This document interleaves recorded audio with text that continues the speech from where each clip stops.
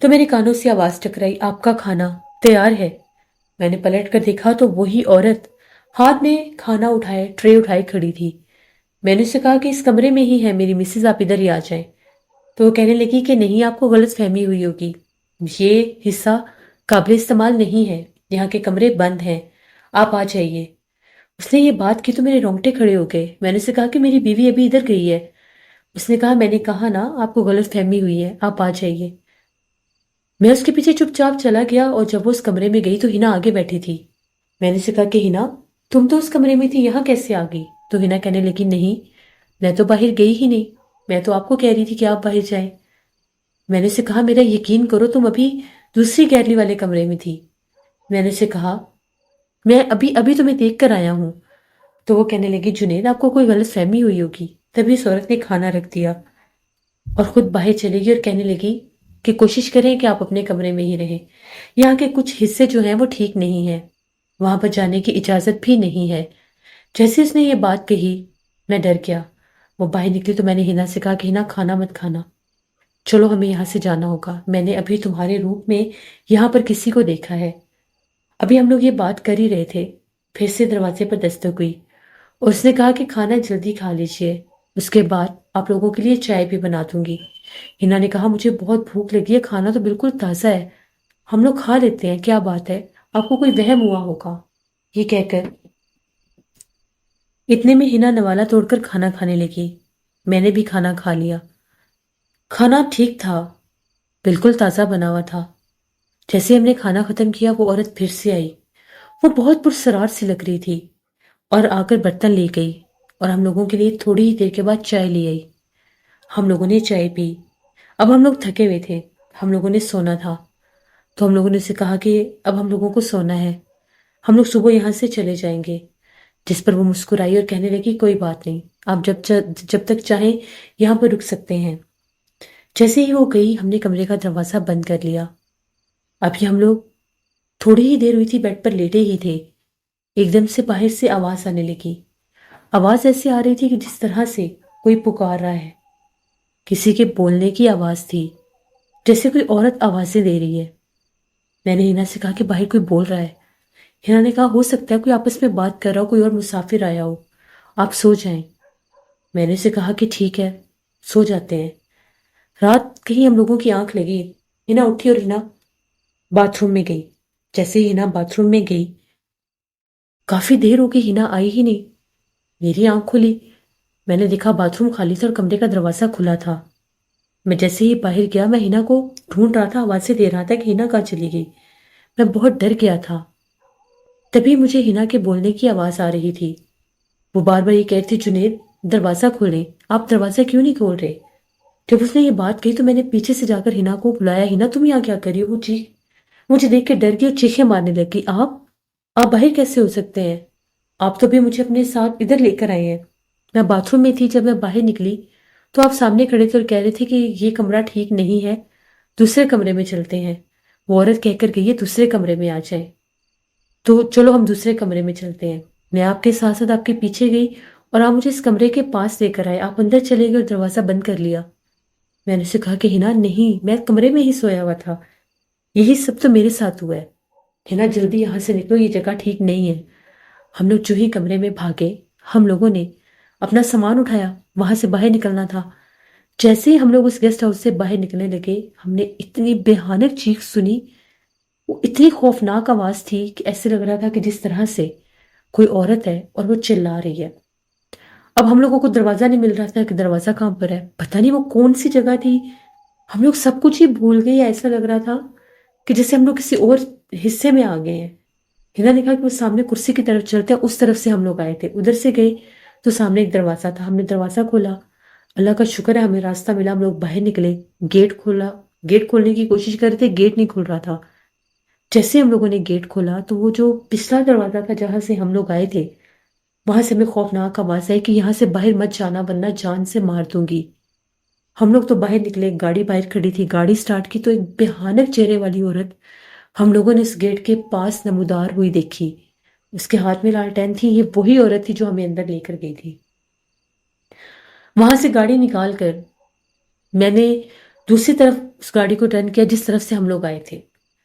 میں نے اتنی گاڑی چلائی، مجھے کچھ سمجھ میں نہیں آ رہا تھا ہم لوگ کہاں جا رہے ہیں۔ ہم لوگ خاص سے آگے نکل گئے اور وہاں پر ہم لوگوں کو ایک پیٹرول پمپ ملا۔ وہاں پر ہم لوگ رکے، ہم نے ساری بات بتائی کہ ہم لوگ راستہ بھول گئے ہیں، ہم لوگوں نے سید پور جانا ہے۔ تو لوگوں نے کہا کہ یہ سیدھی سڑک آگے سید پور کی طرف ہی جا رہی ہے، آپ تو کسی اور علاقے میں نکل گئے تھے، وہ تو سید پور کا علاقہ ہی نہیں تھا۔ یہاں سے یو ٹرن سے لوگ اکثر بھول جاتے ہیں، یہ یو ٹرن اگر لوگ لے لیں تو وہ راستہ بھٹک جاتے ہیں، جبکہ یہ سڑک سیدھی جاتی ہے۔ ہم لوگ رات 3 بجے سید پور پہنچے۔ انکل یوسف لوگ اتنے پریشان کہ یہ کون سا ٹائم ہے، تم لوگ کس ٹائم پر آ رہے ہو؟ جب ہم لوگ وہاں پر پہنچے ہم نے انہیں ساری اپنی روداد سنائی کہ یہ کچھ ہمارے ساتھ ہوا ہے۔ وہاں پر جب ہم لوگ سید پور اسٹیشن پر پہنچے میں نے انکل یوسف کو فون کیے، اللہ کا شکر ہے انہوں نے میرا فون اٹھا لیا، وہ ڈر گئے کہ اتنی رات کو فون آ کس کا رہا ہے۔ جب وہ ہمیں اسٹیشن پر لینے آئے وہ اتنے پریشان تھے کہ ان کو سمجھ میں نہیں آ رہا تھا کہ ہم لوگ اتنی رات کو پہنچے کیسے ہیں۔ وہاں پر پہنچ کر ان کو ساری بات بتائی، انہوں نے ہمیں اس سید پور اسٹیشن کے بارے میں جو باتیں بتائیں وہ سننے کے بعد ہم لوگ تو کہتے ہیں کہ کوئی معجزہ تھا کہ ہم لوگ بچ کے آ گئے۔ ان کا یہ کہنا ہے کہ وہ سید پور کا جو گیسٹ ہاؤس ہے وہ 50 برس سے بند پڑا ہے، خالی پڑا ہے۔ کسی دور میں کسی عرصے میں وہاں پر مسافر جایا کرتے تھے، رکا کرتے تھے، اس کے پاس بہت رونق اور رش ہوتا تھا، وہاں پر ایک چھوٹا سا ریسٹورانٹ بھی ہوتا تھا اسی گیسٹ ہاؤس کے پاس، اور ایک شادی ہال بھی ہوتا تھا، میرج ہال بھی ہوتا تھا۔ کہتے ہیں کہ وہاں پر ایک لڑکی تھی تو اس کی بارات جب وہاں پر آئی، وہاں پر ان لوگوں نے اسٹے کیا تو ان لوگوں کا ارادہ تھا صحت پور گیسٹ ہاؤس میں رکنے کا۔ جب وہ بارات اس گیسٹ ہاؤس میں رکی تو اس لڑکی کو پتہ نہیں کیا ہوا کیا نہیں، اس لڑکی نے اپنے اوپر جیسے کچھ گرا کر اپنے آپ کو آگ لگا لی تھی، اور وہ لڑکی زندہ جل کر اسی گیسٹ ہاؤس میں مری تھی۔ کافی عرصہ تو وہ سیل رہا مرڈر کیس کی وجہ سے، لیکن سمجھ میں نہیں آ رہی تھی کہ اس کی ڈیتھ ہوئی کیسے، وہ مسٹیریس ڈیتھ تھی، مرڈر بھی نہیں تھا۔ اس کے بعد سیل ہونے کے بعد پھر کوشش کر کے اس کو کھلوایا گیا، اس کو دوبارہ سے جیسے ان لوگوں نے پھر سے آباد کرنے کی کوشش کی تو اس کے بعد وہ آباد ہو ہی نہیں سکا۔ جب بھی وہاں پر کوئی مسافر رکتا یا وہ لوگ خود رکنے کی کوشش کرتے، اس کو جیسے دوبارہ سے اس میں وہ سارے کام جیسے پراپر فنکشنالٹی ہوتی ہے وہ کرنے کی کوشش کرتے تو وہاں پر کوئی نہ کوئی پرابلم ہو جاتی، اور جو ہی رات ہوتی وہاں پر ایک بھیانک چہرے والی عورت نمودار ہو جاتی۔ بہت سے لوگ تو راتوں رات وہاں سے بھاگ جاتے تھے، وہاں کے جو سٹاف تھے، وہاں کے جو سیکیورٹی گارڈ تھے، جو واچ مین تھے، جو مالکان تھے، سب بھاگ گئے، اور مشہور ہو گیا کہ صحت پور کا وہ گیسٹ ہاؤس جو ہے وہ ایک بھوت بنگلہ بن چکا ہے، وہاں پر کسی مخلوق، کسی چڑیل آفت کا بسیرا ہو چکا ہے۔ بعد میں ان لوگوں نے پھر بڑی کوشش کی اور ایک صاحب علم کو بھی لے کر آئے وہاں پر، انہوں نے آ کر جب پڑھائی کرنے کی کوشش کی تو ان کا بھی یہی کہنا تھا کہ یہاں پر ایک بہت بھیانک پچھل پیری کا بسیرا ہو چکا ہے۔ ان کا یہ کہنا تھا کہ وہ جو لڑکی تھی وہ لڑکی آسیب زدہ تھی، اس لڑکی کے اوپر انتہائی بھیانک مخلوق تھی جو سوار تھی، اسی مخلوق نے اس کو جان سے مارا، اور اس کے بعد اس کی ڈیتھ جب یہاں پر ہوئی تو وہ چیز یہیں پر رہ گئی، اس نے اسی جگہ کو اپنا ٹھکانہ بنا لیا۔ وہی ہر رات دلہن کے روپ میں یہاں پر کھڑی نظر آتی تھی، اور یہاں پر اکثر رات کو اس کی رونے کی آوازیں بھی گونجتی تھی۔ ہم لوگوں نے جب اس گیسٹ ہاؤس کے بارے میں سنا تھا ہم لوگ بھی جا کر دیکھ کر آتے تھے، اس وقت ہم لوگ بالکل ینگ ہوا کرتے تھے۔ جب ہم لوگ وہاں پر اس کو دیکھ کر آئے، اس کے دور و دیوار اتنے خوفناک لگتے ہیں دن کے ٹائم، ایسے لگتا ہے کہ جس طرح سے کوئی پرسرار آنکھیں آپ کو کہیں سے دیکھ رہی ہیں۔ پھر وقت گزرتا گیا، یہ کہانی قصے عام ہو گئے کہ یہاں پر کسی مخلوق کا، کسی چڑیل آفت کا بسیرا ہے۔ پھر لوگ اس سید پور کے گیسٹ ہاؤس کی طرف جاتے ہی نہیں تھے۔ تو یہ ہم لوگوں کی کہانی تھی، ہم لوگ اس کے اندر بھی گئے، ہم لوگوں نے وہاں پر کافی ٹائم بھی گزارا۔ پتہ نہیں کون سی ایسی اللہ کی ہم لوگوں پر رحمت تھی، والدین کی دعائیں تھیں جو ہم لوگ وہاں سے بچ کر آ گئے۔ ہم دونوں کو ایک دوسرے کے روپ میں اس نے بھٹکانے کی کوشش بھی کی، پتہ نہیں اس کمرے کے اندر چلے جاتے تو ہمارے ساتھ کیا ہوتا، شاید ہم بھی نہ بچتے۔ کہتے ہیں کہ وہی کمرہ تھا، روم نمبر 12 تھا، جہاں پر وہ میں بھی جا رہا تھا اور جہاں پر ہنا بھی جا رہی تھی، جہاں پر اس لڑکی کا وہ کمرہ تھا جب وہ دلہن بن کے آئی تھی، اور اسی کمرے سے نکل کر جب وہ گئی تھی تو اس نے خود کو وہ آگ لگائی تھی اور وہ جل گئی تھی۔ تو یہ ہماری ایک کہانی تھی۔ بہت شکریہ جنید آپ کا۔ جس میں اللہ سے ہمیشہ رحم مانگنی چاہیے، کیونکہ انسان نہیں جانتا، انسان سوچ بھی نہیں سکتا کہ آنے والے وقت میں کیا سے کیا ہو سکتا ہے۔ ہم لوگ بالکل بے خبر ہوتے ہیں، اسی لیے اللہ پاک نے ہمیں دعا کا ایک حق دیا ہے اور ہمیں ایک ذریعہ دیا ہے کہ ہم لوگ آنے والے وقت کے لیے دعا مانگ سکیں، کہ اللہ ہمیں اپنے حفظ و امان میں رکھے اور ہمیں آنے والی مصیبتوں سے، پریشانیوں سے بچا کر رکھے۔ ہمیشہ جب بھی کسی نئی جگہ پر جائیں، کسی نئے شہر میں جائیں، تو پراپر اس کی آپ کے پاس لوکیشن ہونی چاہیے، تبھی آپ لوگوں کو جانا چاہیے، کیونکہ بعض اوقات انسان کانفیڈنس میں چلا جاتا ہے لیکن آگے بہت سے مسئلے مسائل ہو سکتے ہیں۔ بعض اوقات کچھ ایسی جگہ ہوتی ہیں جہاں پر جنات انسانوں کے روپ میں انسانوں کو لے جاتے ہیں، اور پھر بہت کم لوگ ہوتے ہیں جو وہاں سے بچ کر آ جاتے ہیں۔ یہ تھی آج کی خوفناک کہانی، امید کرتی ہوں آپ لوگوں کو پسند آئی ہوگی۔ اپنا فیڈ بیک ضرور دیں۔ آپ لوگ بھی اپنی خوفناک کہانیاں شیئر کر سکتے ہیں ڈسکرپشن باکس میں دیے گئے ای میل آئی ڈی nushinmir57@gmail.com پر۔ اس کے علاوہ آپ لوگ مجھے کمنٹ باکس میں بھی سٹوری شیئر کر سکتے ہیں۔ انشاءاللہ پرسوں پھر ملاقات ہوگی کسی نئی خوفناک کہانی میں۔ جہاں رہیں خوش رہیں۔ Thank you for listening my stories. Stay tune. اللہ حافظ۔